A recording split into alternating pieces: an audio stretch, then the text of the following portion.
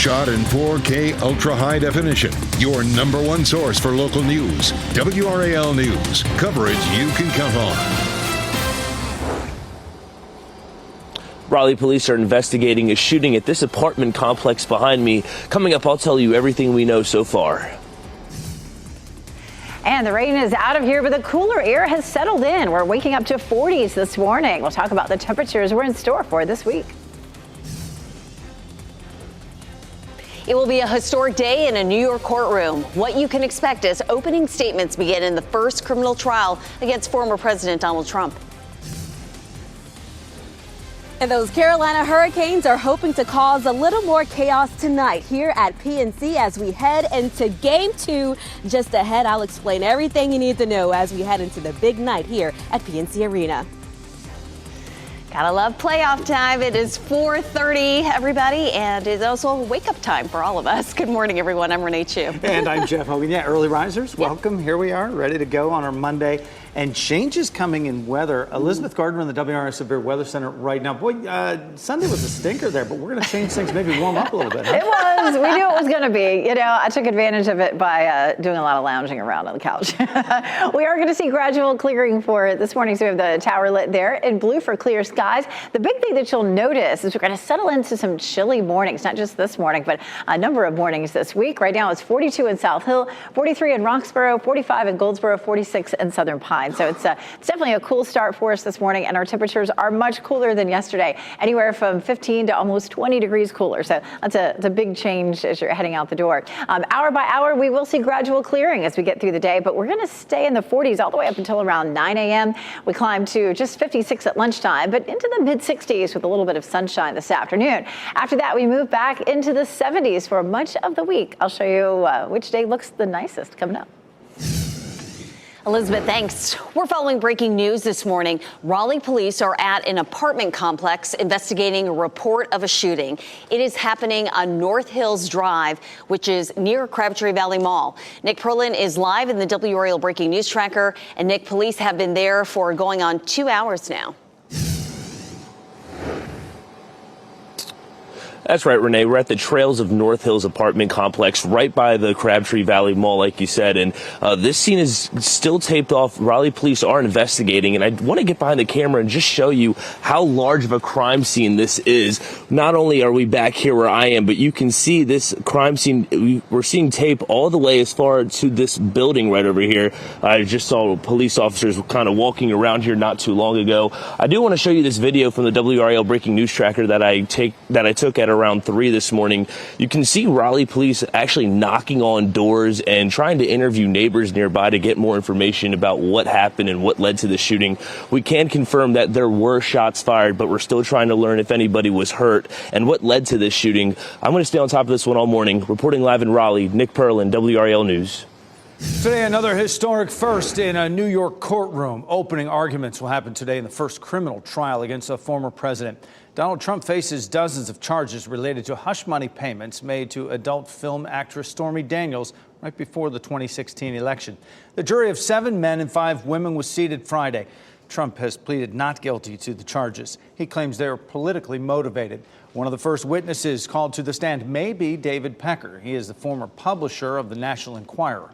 Other witnesses may include Daniels, Trump's former fixer Michael Cohen, ex-Playboy model Karen McDougal, and former White House Communications Director Hope Hicks. Trump may also be called to the stand. Tomorrow, a hearing will happen over whether Trump violated a gag order. The judge in the trial imposed the order barring Trump from making statements about potential witnesses, attorneys, court staff, and others. Prosecutors say Trump violated that order at least 3 times in social media posts. Highway Patrol says a 15-year-old and a 17-year-old were in a stolen car and involved in this crash on Six Forks Road at Martindale Drive in Raleigh. Charges are pending in this case. Officials say the chase started just after 5:30 Sunday afternoon when a car raced by on I-40 going 90 miles an hour, then took the Six Forks Road exit and crashed into another car. When officers ran the plate on that vehicle, they saw it was stolen out of Wake Forest. WRAL spoke with someone who saw it all happen. I just heard a big bang outside, and I came to look out the front, and I saw a car pull over that had been badly mangled up, and some boys that were getting out being put into the police car. The only minor injuries reported there. Troopers tell us they will file charges against those teenagers. Today, we'll learn whether charges will be filed in a crash in Lee County that killed a man. The crash happened Saturday night on NC 87 near Frank Wicker Road. That's near Sanford. Police say 32-year-old David Anugo died after another car crossed the center line and hit him head on. That car then sideswiped a third car. The driver, 25-year-old Lucas Crump, and his passenger were both hurt and are expected to recover. The push from lawmakers to ban TikTok is headed to the Senate and soon could reach the president's desk. If signed into law, it would face a big legal challenge almost immediately. Lawmakers argue TikTok could be a national security risk, and they want the app to cut ties with its Chinese parent company. Local influencer Grace Hunter has gained more than 5 million followers over 3 years. Influencers of her size following could make around $20,000 a month through the app. Hunter and others are now holding their breath, waiting to see what happens. I feel like TikTok just made it a little easier. It kind of evened the playing field for everybody. I'd be like, all that hard work for just for it to be gone. Oh, gosh. The Senate and President are expected to give this bill the green light. It'll be up to the courts to determine if it's legal. I'm Chris Lovingood in the WRAL Live Center with a breaking update. Within the past hour, we have learned that the head of Israel's military intelligence directorate, Major General Aharon Haliwa, has stepped down today. This happened again not too long ago. This is the headline there from the Associated Press. And the stepping down actually comes because of the failures regarding the October 7th Hamas attack, how Hamas was able to get into the country and again kill so many people that were there. This is the first senior leader to step down during this whole situation. It's the deadliest assault in Israel's history that happened on October 7th. More than 34,000 Palestinians have died as a result of the war between Israel and Hamas. And one thing that's worth noting as well is that there was that New York Times article that came out a while ago that said that Israel knew Hamas's attack plan more than a year before it happened. So it's very interesting to see what is going to become more of a fallout situation after this resignation and possibly more that could follow. All right, Chris, thank you. Passover begins today. It's a major holiday for people of the Jewish faith. Here and around the country, people who observe the holiday are on alert for possible threats. WRAL's Kelsey Coffey is live in Carrboro this morning, where hundreds will celebrate Passover together as well as take a stand against anti-Semitism. Kelsey. Renee, in just a few hours, hundreds of people will be here to celebrate Passover. They'll be doing this through a feast called Seder. So this hotel in Carrboro will be the meeting place for the largest Passover Seder in the Triangle. Millions of people across the world will be celebrating Passover today. It commemorates the Jewish people's escape from slavery in ancient Egypt. There's mixed emotions ahead of this year's celebration in light of the Israel-Hamas war. The FBI says threats against the American Jewish community were up before the war, but hate crime spiked since the October 7th attack in Israel. Federal investigators are on high alert this morning because of possible threats. Rabbi Zalman Blooming says they are using the holiday to celebrate and reflect. And we're going to be adding extra seats at the Seder to commemorate the hostages and how much their presence needs to be filled. Law enforcement across the Triangle will be on high alert today, monitoring any threats, and tonight's celebration here in Carrboro starts at 7:15. Kelsey Coffey, WRAL News, live in Carrboro. The teenager accused of stabbing his ex-girlfriend in a school parking lot last year is due back in court today. Christopher Tarter is accused of using a butcher knife to stab Avery Slatcher outside Pinecrest High School. He's charged with attempted murder. His case started in juvenile court, and now that he's 18, Tarter will now be tried as an adult. Slatcher was stabbed more than 20 times in the attack. She has permanent nerve damage. She spoke with WRAL earlier this month, saying she's undergoing therapy and has returned to class, but suffers from anxiety issues because of the stabbing. We're just under 15 hours now until PNC will be rocking once again. Caniacs gearing up for another big night as the Canes face off with the New York Islanders in Game 2 of their playoff series. WRAL's Laura Levine is outside the arena this morning. Quiet there now, Laura, but fans will be making a lot of noise tonight for Game 2. Oh, you know it. Good morning, Jeff. Yes, here live outside of PNC Arena. As we know, the Hurricanes right now leading the series 1-0. And here at PNC Arena, take a look. They already have that first box filled in red. We know that every time the team wins a playoff game, they fill a box here. So, of course, the Caniacs are hoping they can keep the momentum up tonight. Check out the fanfare for Game 1 over the weekend against the Islanders. The Hurricanes defeated the Islanders in 6 games in last year's first-round series. This season, the Hurricanes went 2-2 against the New York Islanders during the regular season. I did check online for those tickets for tonight's game, and listen, they are going fast with just a few still available. The cheapest ticket I found you can get for about $75 in the nosebleeds. The puck drops at 7:30 tonight. Win or lose, the team will head to New York on Thursday. Laura Levine, WRAL News, live in Raleigh. Today marks the start of National Crime Victim Rights Week. To honor victims and their families in North Carolina, the U.S. Attorney's offices from all across the state are collaborating with leaders and organizations to host this vigil. It's happening tonight from 6 to 7 at the Wake County Commons building that's on Carrier Drive in Raleigh. The public is invited to attend. Today, Amtrak is celebrating its newly renovated station in Durham. A ribbon cutting will happen at 11 o'clock this morning at Durham Station on West Main Street. $1.5 million renovation project includes accessibility improvements and other upgrades. The chief of the Federal Railroad Administration will join Mayor Leonardo Williams and other officials at that ceremony. Today is Earth Day. This morning, a state environmental leader will visit Lincoln Heights Magnet Elementary School in Fuquay-Varina. The state's Department of Environmental Quality Secretary Elizabeth Beiser will participate with students in an Earth Day service project. She will formally release the K-12 environmental literacy plan during her visit. Students will also share some of the school's conservation projects with guests. It all gets started at 10 a.m.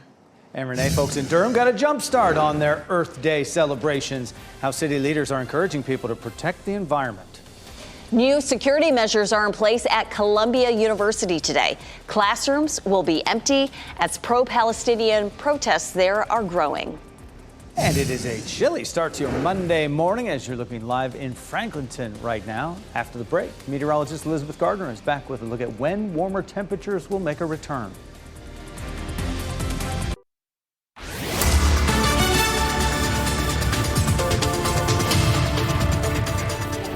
4:45. We're stepping out the door to some chilly temperatures this morning. 46 in Wilson and in Durham, 49 in Fayetteville. So it is jacket weather. You know, in April, it can go either way, and we're going back the other way for a little while, at least for today. It's still cloudy out there right now, but we will see increasing sunshine as we get through the day. But definitely with those temperatures in the 40s, jacket feels good, especially if you're going to be standing outside or walking the dog this morning. Jacket will feel good. Once we get to around 9, 10 o'clock, we start to see the clouds breaking up with some sunshine this afternoon. Still going to be just mid-50s at lunchtime. We'll see highs in the mid-60s for this afternoon. After that, temperatures jump into the 70s, and we're looking pretty nice through the end of the week. I'll show you the temperatures specifically through the rest of the work week coming up. A manhunt is happening in Chicago after a police officer was shot and killed as he was on his way home after his shift. Officer Luis Huesca was shot several times early Sunday morning. Other officers found him dead when they responded to a shot spotter alert. He was still wearing his uniform. Police say the person or people who shot him stole his car. Huesca was just 2 days shy of his 31st birthday. Columbia University will not have classes on campus today as tensions are rising over pro-Palestinian protests and as Passover begins. The school will have remote learning today, along with increased security patrols. More than 100 protesters have been arrested over the past few days. Protesters have reportedly been threatening the safety of Jewish students on campus. The White House issued a statement calling the protests blatantly anti-Semitic, unconscionable, and dangerous. This morning, the voting machines in Cumberland County will be tested for accuracy. This process happens before each election to ensure ballots will be counted accurately. The next election is the state's second primary that will be on May 14th. You're looking at video from a similar testing conducted in 2022. Today's will get started at 10 this morning at the Board of Elections in the E. Newton Smith Center in Fayetteville. Anyone is welcome to watch the testing process. Durham celebrated Earth Day 1 day early, even in the rain. The city welcomed people of all ages to talk about the importance of climate change, how it's affecting our planet, and what we can do to help. Organizers say the event was all about celebrating Earth and taking action on how to protect it, including reducing energy usage. Sunday's event also looked at how the city has improved its carbon footprint. 4:47 the time right now on our Monday morning, and all that rain yesterday washed away some of that pollen that had been in the air. Elizabeth Gardner in the WRAL Severe Weather Center, and now we get to warm back up and see some sun today. Yeah, it was really nice. And, we needed some rain, too. We'd started to move into abnormally dry conditions in some places. And we'll talk about how much rain we actually saw coming up in just a bit. It's dry out there now, though. We had the rain really end during the evening. We've had time to dry out. So weather-wise, you shouldn't have any real problems. This is a live look at Franklinton. You can see the streets there are dry. Temperatures are cool. That's the big thing that we'll notice today. And for the next several mornings, our temperatures are going to be chilly in the 40s. So 46 right now in the Triangle. We're going to hold it in the low to mid 40s, really up until around 10 o'clock. And our lunchtime temperatures will be pretty cool, too, at 54 degrees. So it's not really going to be a shorts and T-shirts weather kind of day today. I mean, at least not in my book. There goes the front that came through that brought us the rain yesterday. We are still looking at some cloudy skies this morning. We'll take a look at Futurecast, and you can see the clouds lingering for a while. There's 6 a.m., there's 8 a.m., so it's a cloudy start this morning. But once we get to around 9 or 10, we start to see the clouds dissipating. The Futurecast wants to throw up a little shower there in the southeastern portion of our viewing area around 10 or 11 o'clock. There may be a little sprinkle. And then just mostly clear to partly cloudy for the remainder of the afternoon. We're going to settle into some nice, dry, pretty conditions.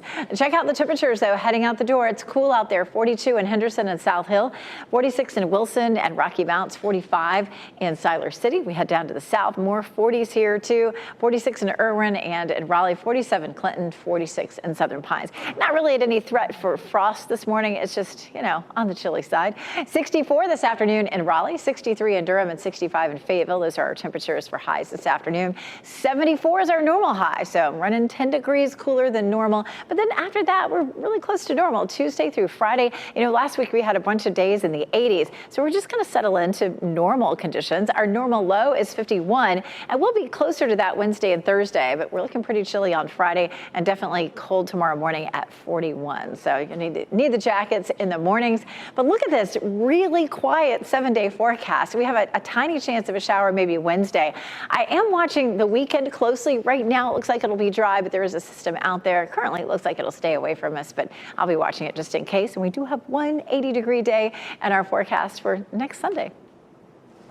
But the 70 streak looks really nice. More pandas are coming to the U.S. as part of an agreement with China, where you'll be able to see the newest pandas coming across the ocean. You'll see a special celebration of the environment when you make a Google search today. What's behind the search engine's Earth Day doodle? High school students from across the state are back home now after a weekend at the state legislature. 188 students from all over the state were in Raleigh this weekend for the 54th annual Youth Legislative Assembly. This nonpartisan program puts students in the legislature seats. Throughout the weekend, they simulated debating the bills, voting on the bills, and built leadership and communication skills. This may make you smile. More pandas are returning to the U.S. The San Francisco Zoo will get a pair of pandas from China. It's part of a panda diplomacy agreement. China is the only natural habitat for pandas. Earlier this year, the San Diego Zoo announced it will get 2 pandas as well. Time to show Mother Earth a little TLC. Today is the 54th annual Earth Day. Jackie Ibanez takes a closer look at this year's theme and how you can do your part to protect the planet. Monday marks Earth Day, a time to celebrate the planet and increase efforts to protect the environment. And with this year's theme being Planet versus Plastics, advocates continue sounding the alarm about their massive impacts. We produce more plastic than most people can imagine. According to the United Nations, the world generates roughly 400 million tons of plastic waste every single year, much of which is made up of single-use plastics. For instance, 1 million plastic bottles are bought every minute around the world. But with less than 10% of plastic products being recycled, many wind up as trash in landfills or as litter in natural habitats. where they can take hundreds of years to break down into smaller bits. Problem is, plastics are never just plastic. They have colors in them, they have fire retardants. These are all chemicals. Those small microplastics can then end up in the water and food we consume. While more research needs to be done to determine any risks, a study from the World Wildlife Fund reveals people eat about a credit card size worth of plastic every week. We're all becoming more plastic, even if we don't know what that means. But the crisis may only get worse, with global plastic production expected to triple by 2050 if business and consumer habits go unchanged. The more people feel connected and the more they know what their waste is, the more recycling programs will work. You can learn more about how you can take action this year by visiting earthday.org. When you log on to Google today, you'll see a special doodle celebrating Earth Day. The doodle features aerial photos from all over the world that spell out Google. It's made up of islands, glaciers, rivers, and other formations. Google also shared a video showing even more images that look like letters. Google says the pictures show the world's natural beauty and also that there is much to do to address the climate crisis. In just a few hours, opening statements will get started in the hush money trial for former President Donald Trump. What to expect from the courtroom today and who may be first to take the stand? And you may have noticed an odd taste to your tap water in Raleigh recently. What's causing it and what the water department says they're doing about it. This week is off to a chilly start as you take a live look at North Hills this morning. And meteorologist Elizabeth Gardner will be back after the break with an hour-by-hour look at when more sunshine will break through.